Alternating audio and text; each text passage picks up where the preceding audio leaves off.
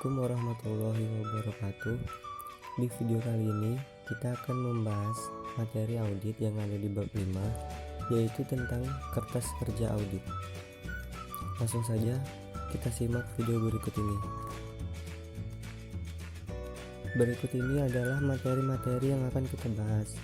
Yang pertama, definisi kertas kerja. Yang kedua, tujuan pembuatan kertas kerja. Yang ketiga, pembuatan kertas kerja. Yang keempat, isi kertas kerja. Yang kelima, hal-hal yang harus diperhatikan oleh auditor. Yang keenam, tipe kertas kerja. Yang ketujuh, susunan kertas kerja. Yang kedelapan, kepemilikan kertas kerja dan kerahasiaan informasi dalam kertas kerja. Yang kesembilan, pengarsipan kertas kerja. Definisi kertas kerja. Kertas kerja merupakan mata rantai yang menghubungkan catatan klien dengan laporan audit. Menurut SA Seksi 339 Kertas Kerja Paragraf 03, kertas kerja adalah catatan-catatan yang diselenggarakan oleh auditor mengenai prosedur audit yang ditempuhnya, pengujian yang dilakukannya, informasi yang diperolehnya, dan simpulan yang dibuatnya sehubungan dengan auditnya. Dalam artian umum, kertas kerja adalah semua berkas atau dokumentasi prosedur audit dan temuan pemeriksaan yang berasal dari 1. Pihak klien, 2. Analisa yang dibuat auditor, dan 3. Pihak ketiga. Tujuan pembuatan kertas kerja. Di sini ada 4 tujuan pembuatan kertas kerja. Yang pertama, mendukung pendapat auditor atas laporan keuangan auditan.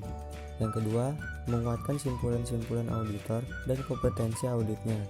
Yang ketiga, mengkoordinasi dan mengorganisasi semua tahap audit. Dan yang keempat, memberikan pedoman dalam audit berikutnya. Pembuatan kertas kerja. Di sini ada 4 tahap dalam membuat kertas kerja.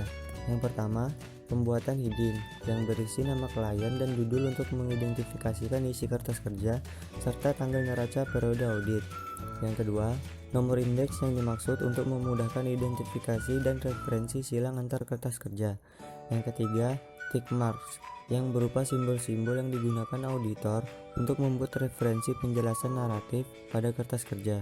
Yang keempat, pencantuman tanda tangan pembuat maupun penelaah dan tanggal pembuatan serta penelaah.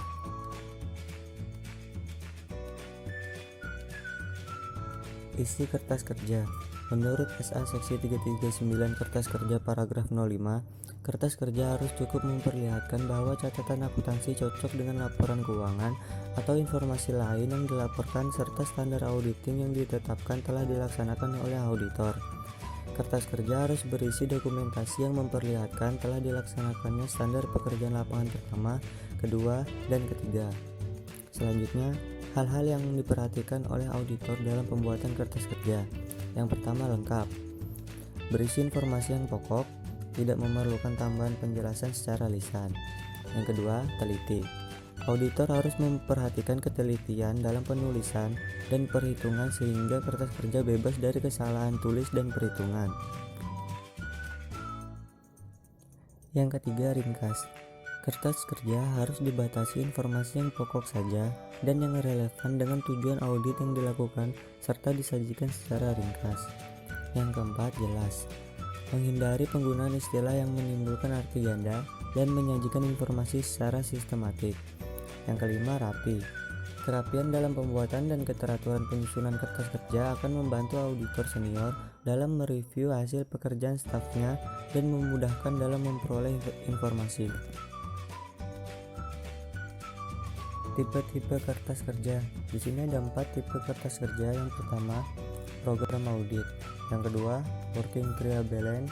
Yang ketiga, ringkasan jurnal penyesuaian dan pengklasifikasian kembali. Dan yang keempat, daftar pendukung. Selanjutnya yaitu susunan kertas kerja. Yang pertama, draft laporan audit.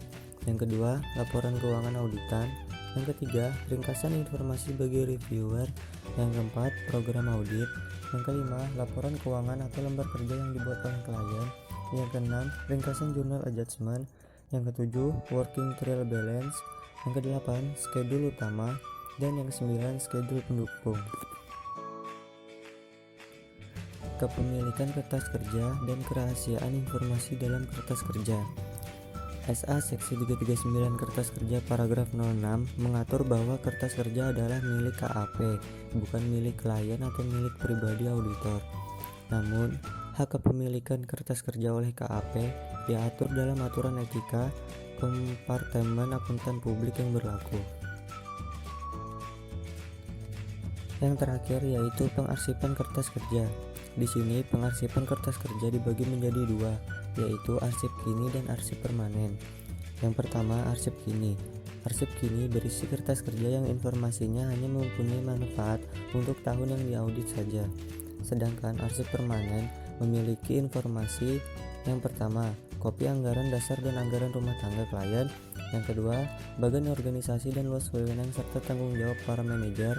Yang ketiga, pedoman akun, pedoman prosedur, dan data lain yang berhubungan dengan pengendalian intern. Yang keempat, kopi surat perjanjian penting yang mempunyai masa berlaku jangka panjang.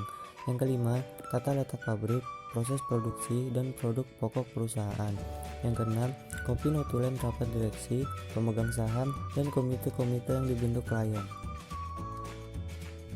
Sekian video dari saya, dan terima kasih buat teman-teman yang sudah menyaksikan video ini. Saya akhiri. Wassalamualaikum warahmatullahi wabarakatuh.